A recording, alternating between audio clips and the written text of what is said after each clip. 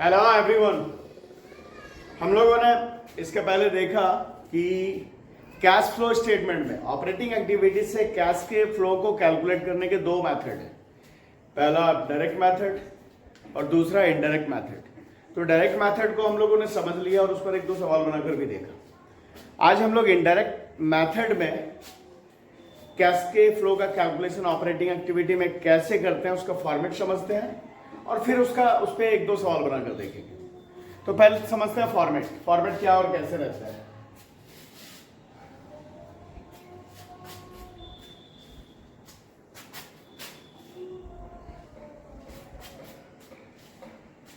तो ये दो कॉलम अमाउंट के और यहां पे लिख दिया पार्टिकुलर्स। अमाउंट के ये दो कॉलम क्या कर रहे हैं? Calculation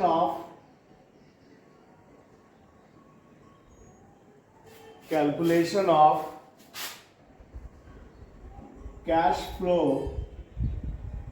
from operating activity. कौन सा मेथड? तो इनडायरेक्ट मेथड। इसमें सबसे पहले नेट प्रॉफिट को लिखते हैं। कौन सा नेट प्रॉफिट? तो नेट प्रॉफिट बिफोर टैक्स।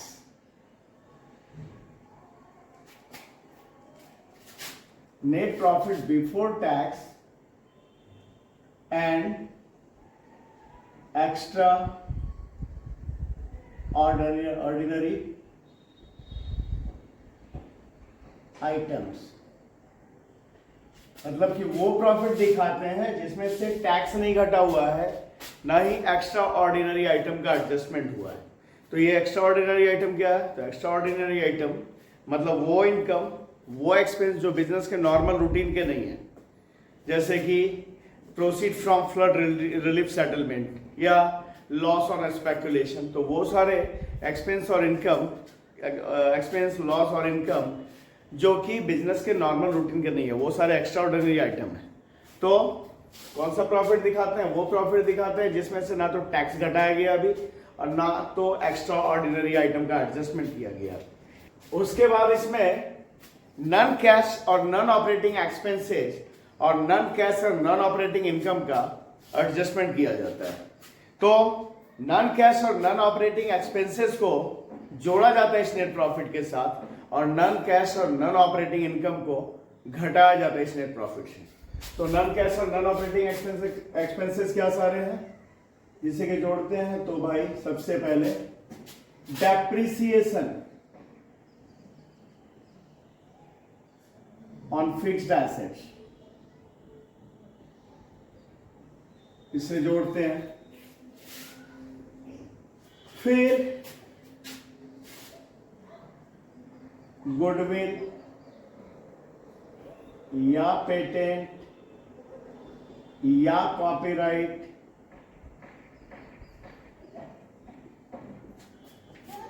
जो राइट ऑफ हुआ या जो अमोर्टाइज्ड हुआ है। अमोर्टाइज्ड भी लिखा मिल सकता है, कहीं कहीं लिखा रह सकता है गुडविल रिटर्न ऑफ या पेटेंट रिटर्न ऑफ या कॉपीराइट रिटर्न ऑफ या अमोर्टाइज्ड भी लिखा रह सकता है। तो वो जो अमोर्टाइजेशन हुआ है उसे भी जोड़ते हैं। इसके अलावा कोई फिक्टिशियस एसेट्स है उसका राइट ऑफ होना, उसे भी जोड़ते हैं, जैसे discount on issue of shares या अंडरराइटिंग कमीशन या discount on issue of share, underwriting commission या प्रीलिमिनरी एक्सपेंसेस।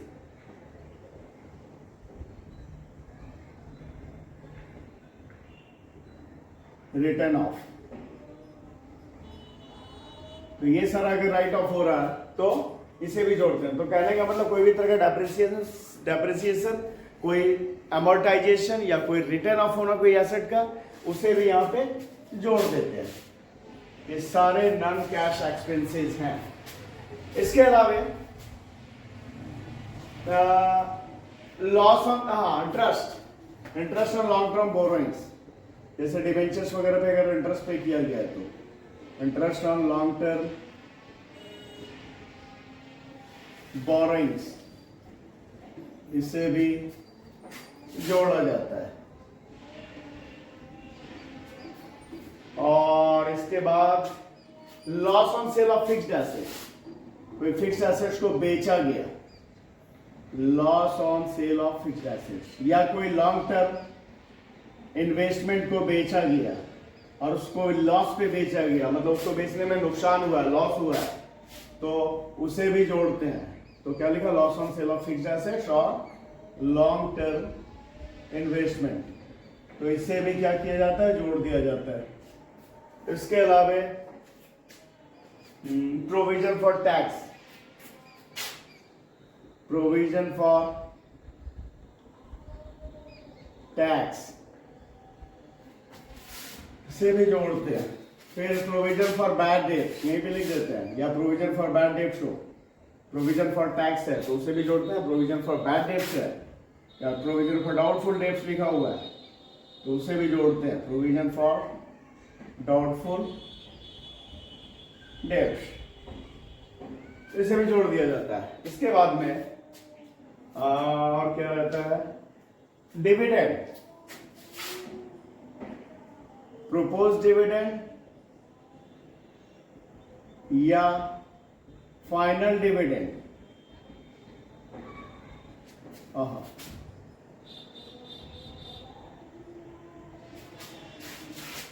प्रोपोज डिविडेंड हो या फाइनल डिविडेंड हो या इंटरिम डिविडेंड हो, इन सबको भी जोड़ा जाता है। इंटरिम डिविडेंड, तो इसे भी जोड़ा जाता है। उसके बाद में प्रोपोज डिविडेंड या फाइनल डिविडेंड या इंटरिम डिविडेंड ये हो गया। इसके बाद में और क्या हो सकता है भाई, तो लगभग यही सारा रहता है, ठीक है। तो ये सारा जोड़ दिया जाता है क्योंकि ये सारा नॉन कैश और नॉन ऑपरेटिंग एक्सपेंसेस है, जिसे नेट प्रॉफिट के साथ क्या करते हैं, जोड़ देते हैं। तो क्या क्या जोड़ते हैं, डेप्रिसिएशन ऑन फिक्स्ड एसेट्स, उसके अलावा गुडविल, पेटेंट या कॉपीराइट का अमोर्टाइजेशन या रिटर्न ऑफ होना, कहीं पे गुडविल अमोर्टाइज लिखा रह सकता है या पेटेंट अमोर्टाइज लिखा रह सकता है, कहीं पे रिटर्न ऑफ लिखा रह सकता है। तो ये रिटर्न ऑफ होना या डेप्रिसिएशन या अमोर्टाइजेशन एसेट्स का, इनको जोड़ा जाता है, ठीक है। फिर interest on long term borrowings, कोई भी लॉन्ग टर्म बोरोइंग्स है जैसे डिबेंचर वगैरह का इंटरेस्ट पे हो रहा है तो उसे भी यहाँ पे जोड़ दिया जाता है।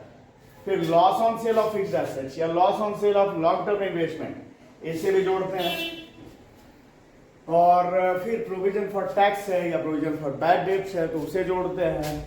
और प्रोपोज डिविडेंड हो या फाइनल डिविडेंड हो या इंटरिम डिविडेंड हो तो इन्हें भी जोड़ दिया जाता है। तो ये सारा नॉन कैश और नॉन ऑपरेटिंग एक्सपेंस जो है ये जोड़ा जाता है इस नेट प्रॉफिट के साथ, ठीक है।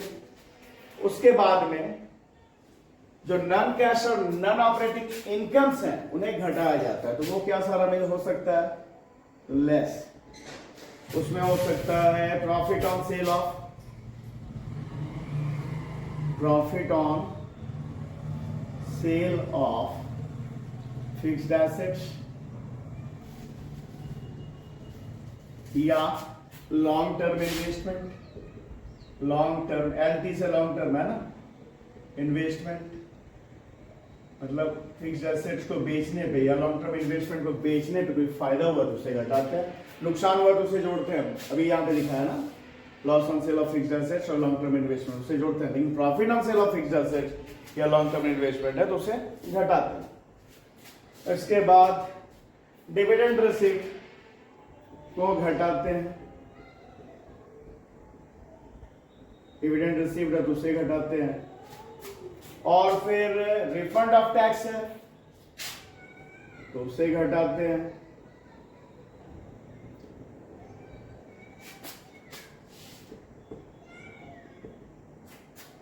फिर एप्रिसिएशन ऑफ फिक्स्ड एसेट्स। अगर फिक्स्ड एसेट डेप्रिसिएट हुआ था तो जोड़ रहे हैं, पर एप्रिसिएट हो गया तो उससे घटाते हैं। एप्रिसिएशन ऑन फिक्स्ड एसेट, तो इससे घटाते हैं। और इसके अलावा कोई रेंटल इनकम है, रेंट से इनकम हुआ है कुछ, तो उसे भी घटाते हैं।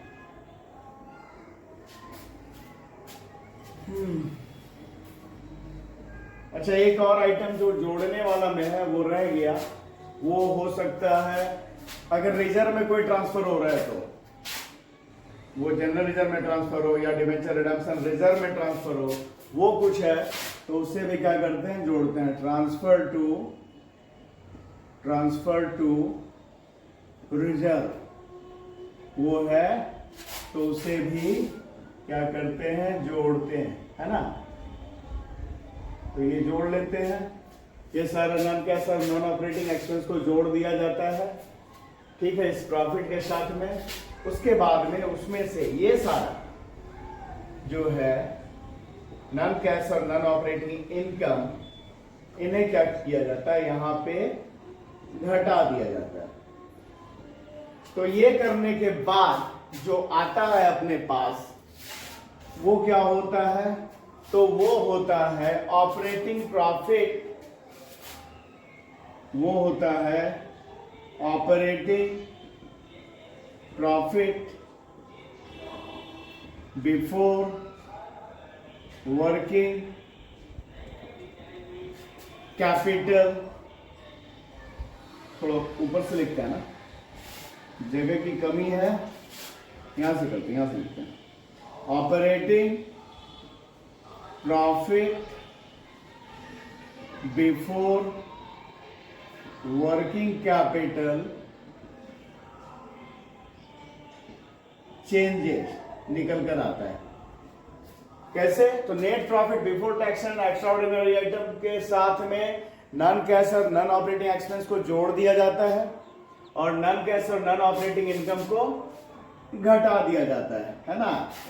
तो जो निकल करके आता है वो होता है operating profit before working capital changes. इसके बाद में इसमें से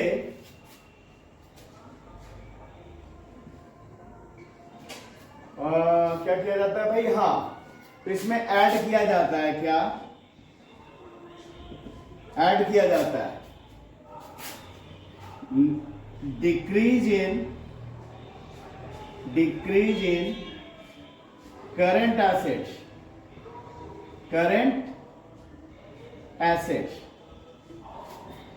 लेकिन करंट एसेट में क्या सारा छोड़कर, तो कैश, बैंक और शॉर्ट टर्म इन्वेस्टमेंट, उन्हें छोड़कर बाकी जो भी करंट एसेट्स है उसमें अगर डिक्रीज होता है उसका वैल्यू, तो उसे ऐड करते हैं।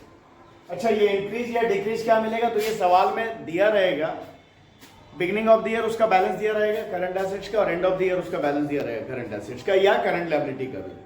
तो बिगिनिंग के कंपैरिजन में एंड वाला अगर ज्यादा है तो इंक्रीज हो रहा है, और बिगिनिंग के कंपैरिजन में एंड वाला अगर कम है तो डिक्रीज हो रहा है, ठीक है। तो क्या करता है, डिक्रीज इन करंट एसेट्स को जोड़ते हैं, लेकिन करंट एसेट में क्या सारा छोड़कर, तो कैश, बैंक और शॉर्ट टर्म इन्वेस्टमेंट, इन्हें छोड़कर, और इंक्रीज इन करंट लायबिलिटी को जोड़ते हैं, इंक्रीज इन करंट लायबिलिटी को जोड़ते हैं। लेकिन करंट लायबिलिटी में क्या छोड़कर, तो बैंक ओवरड्राफ्ट को छोड़कर।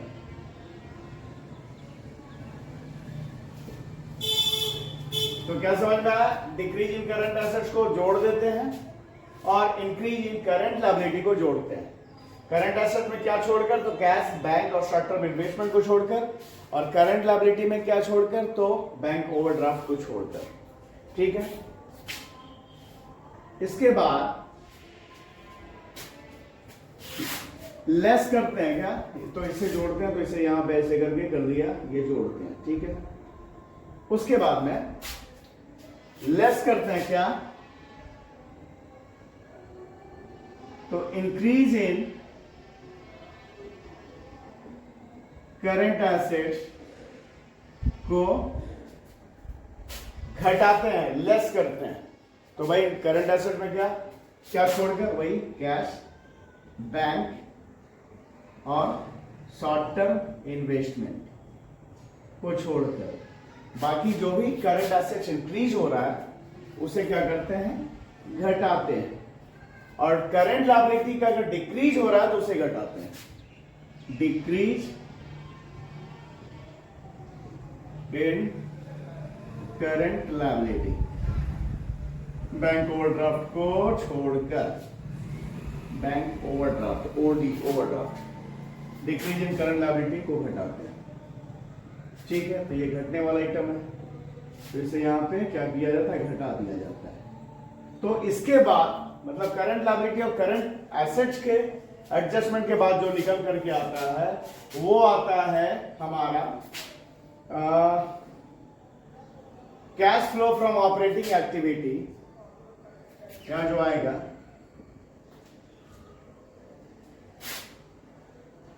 Cash flow from operating activity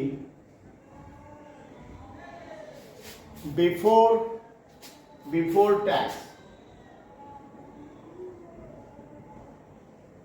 ठीक है, इसके बाद इसमें से टैक्स घटाया जाता है, टैक्स पेड अगर है तो, लेस टैक्स पेड। ठीक है, इसे घटाते हैं। तो यहां पे ध्यान रखना है कि अगर टैक्स पेड सीधा दिया तो टैक्स पेड को घटा देना है, पर टैक्स पेड भी दिया हुआ और रिफंड ऑफ टैक्स भी दिया हुआ है, तो क्या करेंगे, टैक्स पेड में रिफंड ऑफ टैक्स घटा देंगे तो जो बचेगा उसे घटाते हैं। तो वो घटाएंगे तो हमारा क्या निकलेगा, तो वो निकलेगा cash generated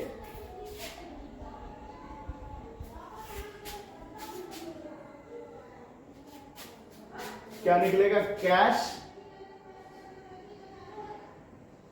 generated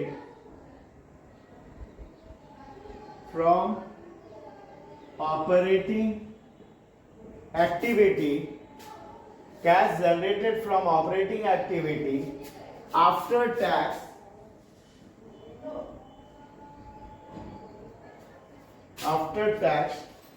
but before extra ordinary item, वो निकल कर आएगा। इसके बाद में अगर एक्स्ट्रा ऑर्डिनरी आइटम कुछ है जिसका एडजस्टमेंट होना है, जैसे वही जो बताया proceed from flood relief settlement ऐसा कुछ है, या लॉस ऑन स्पेकुलेशन, ये सब कुछ है, तो ये एक्स्ट्रा ऑर्डिनरी आइटम का एडजस्टमेंट किया जाता है। तो भाई अगर एक्स्ट्रा ऑर्डिनरी इनकम है तो उसे जोड़ते हैं, और अगर एक्स्ट्रा ऑर्डिनरी एक्सपेंस है तो उसे घटाते हैं। तो यहां पे लिख देते हैं भाई, एड और लेस एक्स्ट्रा ऑर्डिनरी आइटम, उससे यहां जोड़ या घटा दिया जाता है। उसके बाद जो बैलेंस आता है वो होता है हमारा नेट कैश फ्लो।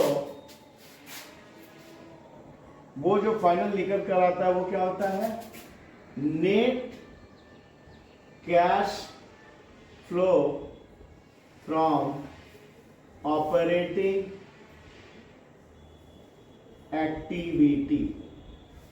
तो ये इस तरह से फॉर्मेट होता है, net cash flow from operating activity finally हमारा निकल करके आता है। ठीक है, ये हो गया। अब इनडायरेक्ट मेथड से कुछ एक हम लोग सवाल बनाते हैं जिसमें कैश के फ्लो का कैलकुलेशन करेंगे ऑपरेटिंग एक्टिविटी में इनडायरेक्ट मेथड से। तो ये सवाल है, क्या the following is the position of current assets. Current assets का क्या स्थिति है ये देख लेते हैं 2021 में 2022 में। ठीक है, 2021 वाला बिगिनिंग हो गया और 2022 वाला एंड वाला हो गया। ठीक है, तो डेटर्स है शुरू में 20,000, एंड में 15,000। फिर क्रेडिटर्स है 10,000 शुरू में, फिर है एंड में 8,000। और बिल्स रिसीवेबल बिगनिंग में शुरू में है 6,000 और एंड में है 8,000। प्रीपेड एक्सपेंस है शुरू में 8,000 फिर है 7,000 एंड में। Net profit during the year 10,000। साल के दौरान जो प्रॉफिट हुआ है कितना हुआ है 10,000। ये दिया हुआ है। हमें क्या करना है, कैलकुलेट करना है cash flow from operating activity. ठीक है, इनडायरेक्ट मेथड से करना है। तो सबसे पहले ये format,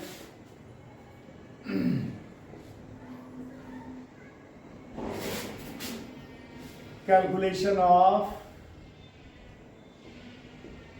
cash flow from operating activity, particulars amount का 2 कॉलम। सबसे पहले यहां पे क्या करना, नेट प्रॉफिट को लिख देना है। नेट प्रॉफिट कितना है 10,000। और अभी जो फॉर्मेट बताया उसमें मैंने बताया कि उसके बाद सबसे पहले एडजस्टमेंट करते हैं नन कैश और नन ऑपरेटिंग आइटम्स का, है ना। पर यहाँ पे नन कैश और नन ऑपरेटिंग आइटम कुछ है नहीं, जैसे depreciation, goodwill written off, loss on sale of assets, transfer to reserve, ये सब कुछ नहीं है। तो यहाँ सीधा ही हम करंट एसेट्स और करंट लायबिलिटी का ही एडजस्टमेंट अब कर लेंगे। तो भाई क्या बताया था, करंट एसेट्स घट रहा है तो जोड़ेंगे और करंट लायबिलिटी बढ़ रहा है तो जोड़ेंगे। ठीक है, और घटाएंगे क्या, करंट एसेट्स अगर बढ़ रहा है तो घटाएंगे और करंट लायबिलिटी घट रहा है तो घटाएंगे। ठीक है, तो यहाँ ये जब बनाएंगे तो करंट एसेट्स और करंट लायबिलिटी को पहचानने हमें अच्छी तरह से आना चाहिए। ठीक है, कि क्या करंट एसेट्स होता है, क्या करंट लायबिलिटी होता है। तो करते हैं एडजस्टमेंट, ऐड करेंगे जो करंट एसेट्स घट गया है और करंट लायबिलिटी जो बढ़ गया है। तो भाई डेटर्स करंट एसेट्स है 20,000 से 15,000, 5,000 घट गया तो डिक्रीज इन डेटर्स ऐड करेंगे, क्योंकि ये करंट एसेट्स है तो डिक्रीज इन डेटर्स ऐड करेंगे। कितना डिक्रीज हुआ है 5,000, इसे ऐड करेंगे। और क्रेडिटर्स क्या हुआ 10,000 से 8,000 हुआ है। क्रेडिटर लायबिलिटी है, लायबिलिटी घटेगा तो उसे घटाते हैं तो वो लेस में रहेगा। डिक्रीज इन क्रेडिटर्स, इसे क्या करना होगा भाई, तो घटाना होगा, क्योंकि लायबिलिटी है, करंट लायबिलिटी डिक्रीज होता है तो उसे घटाते हैं। कितना डिक्रीज हो रहा है 10,000 से 8,000, 2,000 ये हो गया। उसका बिल रिसीवेबल ये इंक्रीज हो रहा है, बिल रिसीवेबल करंट एसेट है, करंट एसेट बढ़ता है तो घटाते हैं, तो इंक्रीज इन बिल रिसीवेबल। कितना इंक्रीज कर रहा है 2,000, तो ये दोनों घटेगा ना। और फिर प्रीपेड एक्सपेंस, प्रीपेड एक्सपेंस भी करंट एसेट्स है, करंट एसेट घट रहा है 8,000 से 7,000 है, करंट एसेट घटेगा तो ऐड करेंगे। तो डिक्रीज इन प्रीपेड एक्सपेंस कितना भाई, तो 1,000। तो इस तरह से 5 1 6,000 ऐड किया जाएगा और 2 2 4,000 इसे डिडक्ट करेंगे। तो 10 में 6 जोड़ दिया 16,000 और इस 16,000 में 4,000 डिडक्ट कर दिया तो हमारे पास बचा जो 12,000। ये हुआ net cash flow from operating activity. कोई टैक्स, कोई एक्स्ट्राऑर्डिनरी आइटम वगैरह कुछ नहीं है, तो बस ये बन गया हमारा, कैलकुलेशन हो गया cash flow from operating activity. कितना 12,000। एक और सवाल देखते हैं, देख लेते हैं ये सवाल। Compute cash flow from operating activity from the following. क्या क्या दिया हुआ है, तो दिया हुआ ट्रेड रिसीवेबल, ये है 31 मार्च 2021 को बैलेंस और ये है 31 मार्च 2022 को बैलेंस, यानी बिगनिंग वाला ये है, प्रीवियस ईयर वाला या बिगनिंग वाला ये हो गया और एंड वाला ये बैलेंस हो गया। तो शुरू में कितना था ट्रेड रिसीवेबल 2.5 लाख, फिर ये हो गया 2,05,000। फिर प्रोविजन फॉर डाउटफुल डेट्स है वो 20,000 था शुरू में, फिर बाद में अंत में हो गया 25,000। ट्रेड पेबल शुरू में 1 लाख था, फिर हो गया 1,10,000। इन्वेंट्री 4 लाख था बिगनिंग में और एंड में 5 लाख। एक्रूड इनकम बिगनिंग में था ही नहीं, बाद में हो गया 10,000। कैश एंड कैश इक्विवेलेंट शुरू में 50,000, एंड में 70,000। शॉर्ट टर्म इन्वेस्टमेंट 30,000 था शुरू में और अंत में है 50,000। और दिया हुआ नीचे profit for the year ended 31 March 2022 rupees 5 lakh after providing depreciation rupees 50,000। मतलब 50,000 डेप्रिसिएशन घटाने के बाद का प्रॉफिट कितना है, 5 लाख रुपए का। ये सवाल है, हमें cash flow from operating activity calculate करना है इन डायरेक्ट मेथड से। पिछला में इसमें फर्क ये है कि पिछले में नॉन कैश और नॉन ऑपरेटिंग आइटम कुछ था ही नहीं, तो सीधा करंट एसेट्स और करंट लायबिलिटी का एडजस्टमेंट किया। यहाँ पे नॉन कैश और नॉन ऑपरेटिंग कुछ एक्सपेंस भी, कुछ आइटम भी है, जैसे डेप्रिसिएशन है, फिर प्रोविजन फॉर डाउटफुल डेब्ट्स है, ये दोनों, तो इसका भी एडजस्टमेंट करेंगे, फिर जाकर करंट एसेट्स और करंट लायबिलिटी का एडजस्टमेंट करेंगे। तो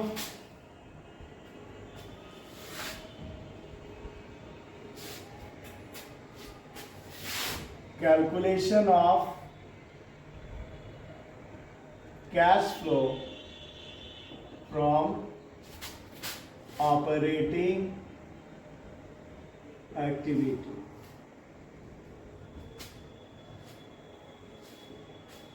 पर्टिकुलर अमाउंट के 2 कॉलम। सबसे पहले नेट प्रॉफिट कितना दिया हुआ है, तो दिया हुआ है 5 लाख। इसमें क्या करना है, डेप्रिसिएशन को ऐड कर देंगे, ऐड डेप्रिसिएशन। कितना है डेप्रिसिएशन, डेप्रिसिएशन है 50,000, और प्रोविजन फॉर डाउटफुल डेब्ट्स भी है, कितना 20 से 25 हो गया, यानी करंट ईयर में 5,000 का प्रोविजन किया गया,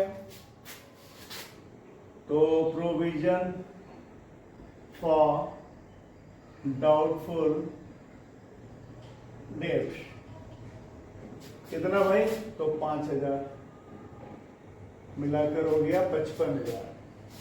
तो इससे जोड़ लिया यहां पे, तो कितना हो गया, 5,55,000। अब ये क्या आ गया, ऑपरेटिंग, ये जो हमारा आया क्या आया, operating profit before working capital WC changes, ठीक है। अब इसमें करंट एसेट्स और करंट लायबिलिटी का एडजस्टमेंट करना है। तो करंट एसेट्स अगर घट रहा है तो जोड़ेंगे, और करंट लायबिलिटी अगर बढ़ रहा है तो जोड़ेंगे, ठीक है। और घटाएंगे क्या, करंट एसेट्स अगर बढ़ रहा है तो घटाएंगे, और करंट लायबिलिटी घट रहा है तो घटाएंगे। तो करते हैं ऐड। ट्रेड रिसीवेबल हमारा क्या हो रहा है, घट रहा है। ट्रेड रिसीवेबल करंट एसेट्स है और ये घट रहा है, तो इसे जोड़ेंगे, तो डिक्रीज इन ट्रेड रिसीवेबल कितना भाई, 2,00,000 से 2,05,000 हो रहा है, मतलब 45,000 घट रहा है। इस 45,000 45,000 को जोड़ना है। उसके बाद में है ये प्रोविजन फॉर डाउटफुल डेब्ट्स, इसका काम तो यहीं पे कर लिया गया। ट्रेड पेएबल, ये करंट लायबिलिटी है, ये क्या हो रहा है, बढ़ रहा है, तो करंट लायबिलिटी बढ़ रहा है तो जोड़ेंगे, इंक्रीज इन ट्रेड पेएबल। कितना इंक्रीज कर रहा है, तो भाई 1,00,000 से 1,10,000, मतलब 10,000 इंक्रीज कर रहा है, इसे जोड़ेंगे। उसके बाद में इन्वेंट्री बढ़ रहा है, इन्वेंट्री करंट एसेट्स है, करंट एसेट्स बढ़ेगा तो उसे घटाएंगे, ठीक है ना, डिडक्ट करेंगे, तो इसे लेस में रखते हैं। इंक्रीज इन इन्वेंट्री, कितना इंक्रीज कर रहा है इन्वेंट्री भाई, तो 4,00,000 से हो गया 5,00,000, तो 1,00,000, ये घटने वाला आइटम है। उसके बाद में accrued income, accrued income current assets है, ये पहले शुरू में था ही नहीं, अभी हो गया, यानी पूरा का पूरा बढ़ गया, बिल्कुल नहीं था, अभी आ गया 10,000, तो इंक्रीज किया, तो इंक्लूड ये से भी करंट एसेट्स है, इंक्रीज कर रहा है, घटाएंगे, इंक्रीज इन एक्रूड इनकम, कितना, 10,000, इसे भी घटाएंगे। उसका कैश एंड कैश इक्विवेलेंट है और शॉर्ट टर्म इन्वेस्टमेंट है, जो ये जो एडजस्टमेंट करते हैं करंट एसेट्स और करंट लायबिलिटी का, वहां पे बताया था करंट एसेट में क्या छोड़कर, तो कैश, बैंक और शॉर्ट टर्म इन्वेस्टमेंट इसे छोड़कर, और करंट लायबिलिटी में बैंक ओवरड्राफ्ट को छोड़कर। तो इन दोनों का कुछ नहीं करना है, ठीक है। तो अब कर लेते हैं हम लोग, क्या हुआ भाई, तो ये जोड़ने वाला कितना हुआ 55,000, तो 45,000 प्लस 10,000 55,000, इसे जोड़ लेंगे तो कितना आ गया 0 0 0 5 5 10 5 5 10 1 11 5 1 6 6,10,000। और इधर ये घटाने वाला कितना है 1 लाख प्लस 10,000 1,10,000, इस 1,10,000 को घटाएंगे तो घटाकर जो आएगा हमारा हो गया ये 5 लाख, और टैक्स पेड वगैरह है नहीं है, तो ये जो निकला हमारा ये हो गया net cash flow from operating activity, ठीक है। तो ये 2 सवाल हम लोगों ने बनाया, और ऑपरेटिंग एक्टिविटी से कैश के फ्लो का कैलकुलेशन का जो फॉर्मेट होता है इनडायरेक्ट मेथड में वो देखा इस वीडियो में। तो इस वीडियो में इतना ही। अगर वीडियो पसंद आया तो इसे लाइक करें, चैनल को सब्सक्राइब करें।